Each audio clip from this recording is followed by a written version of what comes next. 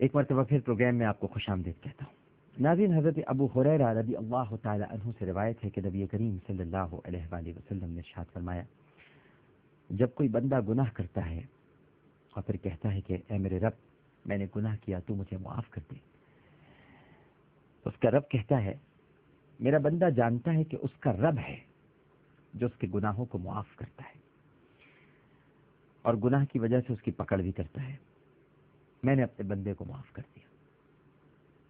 پھر کچھ عرصے کے بعد، جتنا کہ عرصہ اللہ کو منظور ہوتا ہے، گناہ سے رکنے کے بعد بندہ پھر گناہ کر بیٹھتا ہے اور عرض کرتا ہے کہ اے میرے رب، میں نے ایک اور گناہ کر لیا، تو مجھے بخش دے۔ اللہ سبحانہ و تعالی ارشاد فرماتا ہے، میرا بندہ جانتا ہے کہ اس کا کوئی رب ہے جو گناہ کو معاف بھی کرتا ہے اور اس کی وجہ سے اس کی پکڑ بھی کرتا ہے، لہذا اللہ سبحانہ و تعالی ارشاد فرماتا ہے کہ میں نے اس کے گناہ کو معاف کر دیا۔ بندہ پھر گناہ کرتا ہے اور کہتا ہے کہ اے میرے رب، میں نے ایک اور گناہ کر لیا ہے، آپ مجھے بخش دیجیے۔ اللہ تعالیٰ پھر ارشاد فرماتا ہے، میرا ایک بندہ ہے جو جانتا ہے کہ اس کا ایک رب ہے جو گناہ معاف بھی کرتا ہے اور اس کی پکڑتا بھی ہے، یعنی اس کی پکڑ بھی کرتا ہے، اس کی گناہوں پر اس کو جکڑ بھی دیتا ہے، میں نے اپنے بندے کو معاف کیا۔ اگر وہ اس طرح گناہ کر کے توبہ کے عمل کو صدق دل کے ساتھ دہراتا رہے تو وہ جو چاہے کر لے، لیکن اگر گناہ کی حالت میں قبل از توبہ موت آ گئی ناظرین کرام، تو پھر سوائے پچھتاوے اور بدکاری کی کالت کے کچھ اور نہیں ملے گا، کیونکہ آدمی کو تو اپنی موت کی خبر نہیں ہے اور توبہ کا عمل اس کے لیے یقینی نہیں ہے۔ بڑی اہم بات ہے، موت کی خبر نہیں ہے اور توبہ کا عمل اس کے لیے یقینی نہیں ہے۔ حدیث شریف میں آتا ہے، انما الاعمال بالخواتیم، اعمال کا مدار خاتمے پر ہے۔ تو ایسے شخص کی زندگی کا آخر ناظرین کرام اگر گناہ میں ہو گیا صرف، تو حسرت ہی ہوگی اور بار بار گناہ کرنے کی یہ نحوست بھی ہوتی ہے کہ اس کو توبہ کی توفیق بھی نہیں ملتی اور وہ گناہوں پر جری ہو جاتا ہے، طاقتور ہو جاتا ہے۔ اس لیے اس حدیث کے اس جملے کو سامنے رکھ کر ہمیں گناہوں پر جرت نہیں کرنی چاہیے۔ اللہ تعالیٰ سب کو گناہوں سے محفوظ رکھے۔ حضرت ابن مسعود رضی اللہ تعالیٰ عنہ بہت بڑے صحابی ہیں، ارشاد فرماتے ہیں کہ نبی کریم صلی اللہ علیہ وآلہ وسلم نے ارشاد فرمایا، التائب من الذنب کما اللہ ذنب لہ، گناہ سے توبہ کرنے والا شخص اس طرح ہو جاتا ہے جیسے اس نے کوئی گناہ ہی نہ کیا ہو۔ آپ صرف حدیث کے ان الفاظ پر غور کیجیے، توبہ کرنے والا شخص ایسے ہو جاتا ہے جیسے اس نے کوئی گناہ ہی نہ کیا ہو۔ اب اس سے بڑھ کر پروردگار کی مہربانی اور کیا ہوگی؟ آپ گناہ بھی کرتے ہیں اور جب توبہ کرتے ہیں تو ایسے ہو جاتے ہیں کہ آپ سے کوئی گناہ سرزد ہی نہیں ہوا ہے۔ حضرت ابن عمر رضی اللہ تعالی عنہما ارشاد فرماتے ہیں کہ نبی کریم صلی اللہ علیہ وآلہ وسلم کا ارشاد پاک ہے، اللہ تعالیٰ بندے کی توبہ کو قبول کرتا رہتا ہے جب تک کہ وہ موت کے غرغرے کی حالت کو نہ پہنچے۔ اسی طرح حضرت ابو ہریرہ رضی اللہ تعالی عنہ سے روایت ہے کہ نبی کریم صلی اللہ علیہ وآلہ وسلم نے ارشاد فرمایا کہ بنی اسرائیل میں دو شخص آپس میں بھائی بنے ہوئے تھے، ایک گناہ کرتا تھا، دوسرا عبادت کی مشقت اٹھاتا تھا۔ یہ مشقت اٹھانے والا دوسرے کو ہر وقت گناہ میں دیکھتا تو کہتا باز آ جا، باز آ جا، مت کیا کر گناہ۔ ایک دن اس کے گناہ میں مصروف دیکھا تو کہا باز آ جا۔ اس نے کہا بھائی مجھے اور میرے رب کو تنہا چھوڑ دے، تو میرا نگراں مقرر نہیں کیا گیا ہے۔ اس نے کہا کہ خدا کی قسم اللہ تجھے نہیں بخشے گا، یا روایت میں آتا ہے کہ یہ کہا کہ اللہ تجھے جنت میں داخل نہیں کرے گا۔ چنانچہ ان دونوں کی روحیں قبض کر لی گئی۔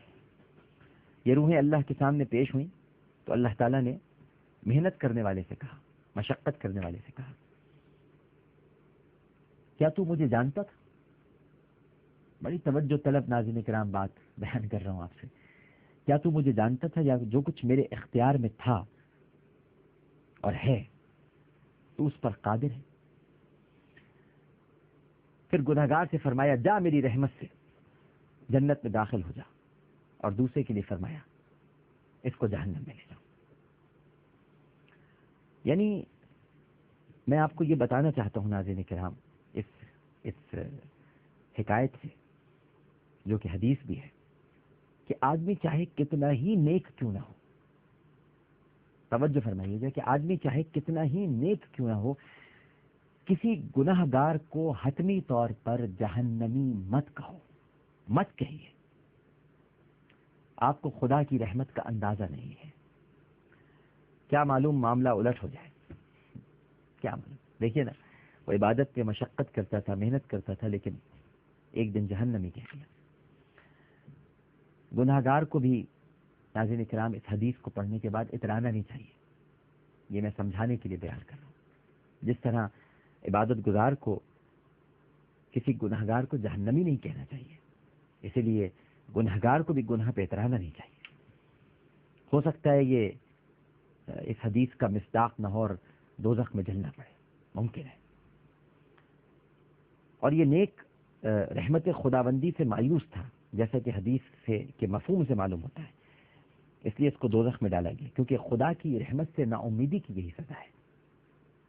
مایوس ہو گیا تھا گناہ گار کے بارے میں، اس نے سوچ لیا تھا یہ تو جہنم میں جائے گا. یہ بھی تو ایک مایوسی ہے.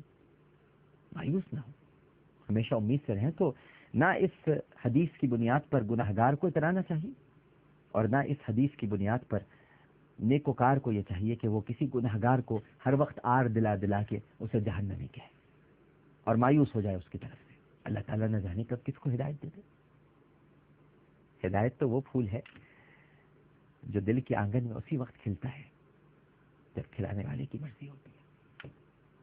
جب وہ چاہتا ہے تبھی ہدایت ملتی ہے. کسی کے کہنے سے، کسی کے راہ دکھلانے سے یا کسی کے سمجھانے سے ہدایت نہیں ملتی. یہ اللہ تعالیٰ کی عطا ہے، وہ جس کو چاہتا ہے اسی کو ہدایت عطا فرماتا ہے. لہذا ہمیں بہت خیال کرنا چاہیے اپنی عبادتوں کے معاملے میں بھی، اور کسی پر تنقید کرتے ہوئے بھی. ہم بھول جاتے ہیں ناظرین بسا اوقات، اپنے آپ کو اتنا متقی سمجھنے لگتے ہیں، اتنا پرہیزگار مان لیتے ہیں، یعنی اپنے ہی بارے میں حسن ظن کا شکار ہو جاتے ہیں. حسن ظن اچھی چیز ہے، بدگمان نہیں ہونا چاہیے، بدظنی نہیں رکھنی چاہیے، لیکن ایسا بھی نہیں ہونا چاہیے کہ آپ اپنے سجدوں پر، اپنے قیام پر، اپنے روزوں پر اتراتے رہیں، اور جن کو توفیق نہیں ہو رہی ان کو جھٹلاتے رہیں، ان پر اظہار برتری کے لیے غرور کریں، فخر کریں. اور کہیں ایسا نہ ہو کہ آپ کا یہ غرور، آپ کا یہ فخر، جیسے کہ رمضان المبارک کا مہینہ ہے، اگر کوئی روزے نہیں رکھ رہا تو اس کو ضرور سمجھائیں کہ روزہ کیا ہے، لیکن اس پر اپنے روزے کی برتری نہ جمائیے، کیونکہ پھر حشر وہی ہوگا جو حضرت ابو ہریرہ رضی اللہ تعالی عنہ سے بیان کرتا روایت میں ہمیں پتہ چلتا ہے. کیونکہ پتہ نہیں وہ کب روزے دار بن جائے، اس کے دل کے نہا خانے میں کب وہ بند دروازہ کھل جائے جس پر لگا ہوا قفل یقیناً اس کی چابی اس کے پاس نہیں ہے، ورنہ تو وہ خود کھول لیتا.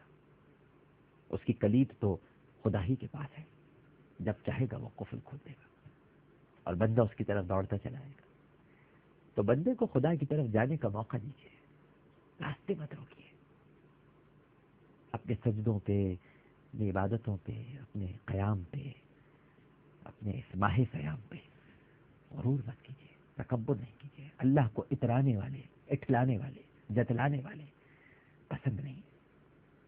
عاجزی، انکساری کے ساتھ اپنی عبادتیں کرتے رہیے، کیونکہ ہم تو چاہ کر بھی ناظرین کرام اس کی عبادتوں کا حق ادا نہیں کر سکتے. ہر وقت اس کا فضل مانگتے رہیے. اور جن کے بارے میں یہ جانتے ہیں، سمجھتے ہیں کہ وہ بھٹکے ہوئے ہیں، بہکے ہوئے ہیں، انہیں پیار سے، محبت سے، اخلاق سے اللہ کی راہ کی طرف لائیے. وہ راہ پر نہ بھی آئے تو کم از کم آپ کے اس اخلاق کا، آپ کے اس پیار کا آپ کو ثواب ضرور ملے گا. لیکن اگر جھڑکا آپ نے، ان کی توہین کی، آپ کو تو پتہ ہی نہیں جناب نماز کیا ہوتی ہے، تلاوت کیسے کی جاتی ہے، کیا غلط کام آپ کریں، یہ سب چیزیں اللہ کی بارگاہ میں قابل قبول نہیں. پروگرام پیش کرتے ہوئے کوئی غلطی، کوئی سہو تو اپنے رب کے حضور معافی کا خواستگار اور توبہ کا طلبگار ہوں. میری کسی بات سے اگر آپ کو تکلیف پہنچی ہو، طبیعت پر کوئی گرہ گزری ہو، تو میں بھی آپ سے معافی مانگتا ہوں. درگزر فرمائیے گا. عامر لیاقت حسین کو اجازت دیجیے. زندگی رہی انشاءاللہ اگلے پروگرام میں اسی وقت اسی چینل پر آپ سے پھر ملاقات ہوگی. اللہ حافظ.